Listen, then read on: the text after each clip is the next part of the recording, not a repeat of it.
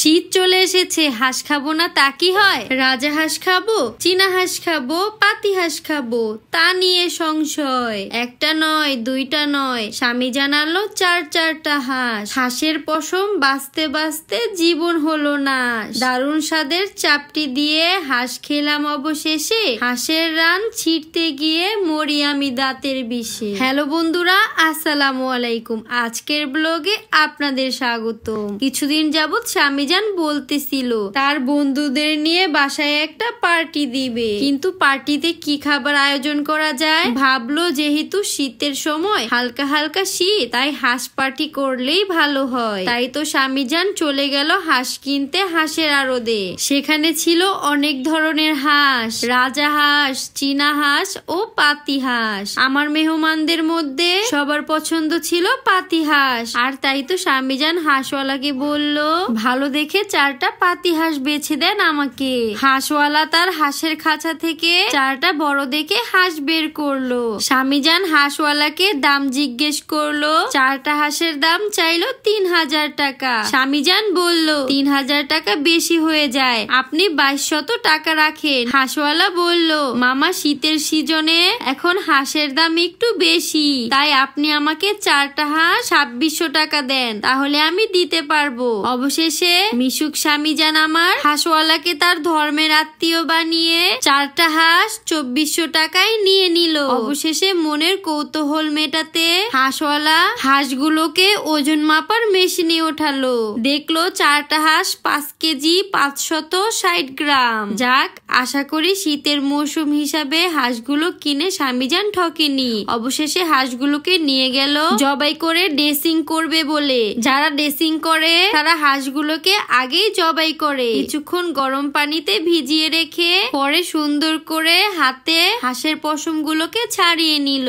8 থেকে 10 মিনিটের মধ্যে চারটা হাঁস হাতে পশম ছাড়িয়ে দিল। অবশেষে 120 টাকা ড্রেসিং খরচ দিয়ে স্বামীজান হাঁসগুলোকে একটা পলিথিনে ভরে আড়ত থেকে বাড়ির উদ্দেশ্যে রওনা দিল।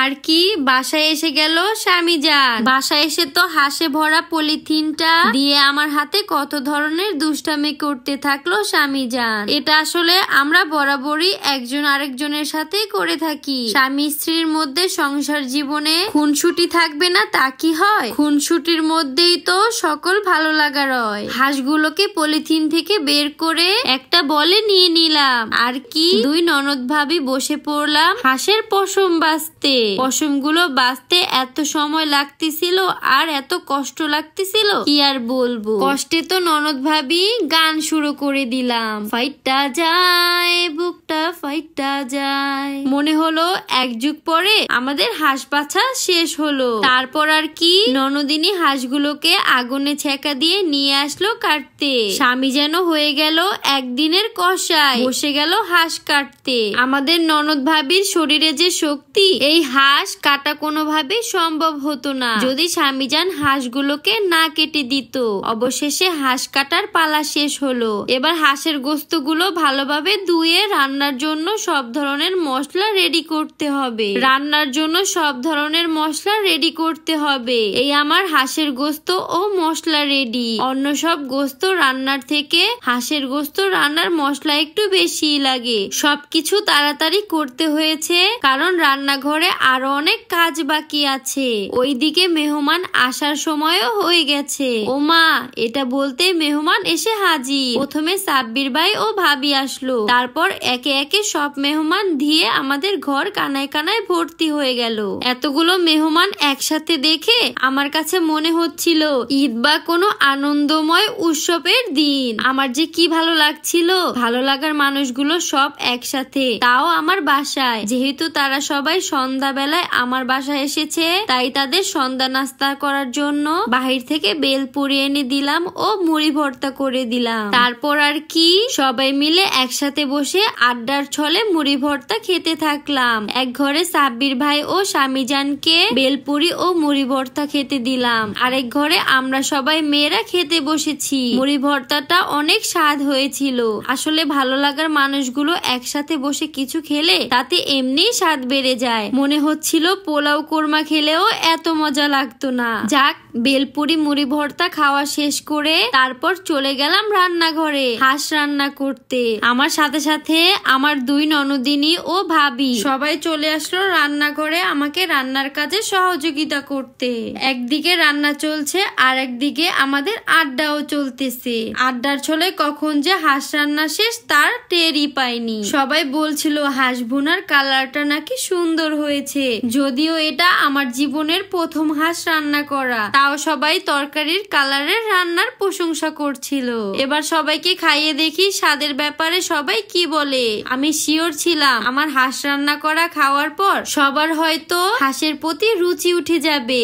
অনেক বড় বড় রাঁধুনিকে বসিয়ে আমি রেঁধেছি, এই কারণে একটু নার্ভাসও ছিলাম। যাক, শেষ পর্যন্ত আল্লাহর উপর ভরসা রেখে সবাইকে খেতে দিলাম আমার রান্না করা হাঁসের গোস্ত। স্বামী যেন নিয়ে আসলো আমাদের জন্য এলাকার খুব ভালো ও ফেমাস একটা চাপটির দোকান থেকে 80 পিস চাপটি। তারপর আর কি সবাই সবার মতো খেতে থাকলো হাঁসের গোস্ত দিয়ে চাপটিটি। খেয়ে তারা কে কি বললো আপনারাই শুনুন। খুব স্বাদ, খুব সুস্বাদু। ঘরে বসে 300 ফিটের ফিল পাই, ঘরে বসে 300 ফিটের ফিল পাই। হাঁসের গোস্ত মনে হয় না, মনে হচ্ছে তো হরিণের গোস্ত। অনেক ভালো হয়েছে, অনেক জুসি জুসি, ফ্লেভারটা খুব কড়া আর জালের টেস্টটা খুব ভালো পাওয়া যাচ্ছে। Nice and attractive. তাই নাকি? এটা কি অ্যাট্রাক্টিভ কি আবার? সুন্দর আকর্ষণীয়।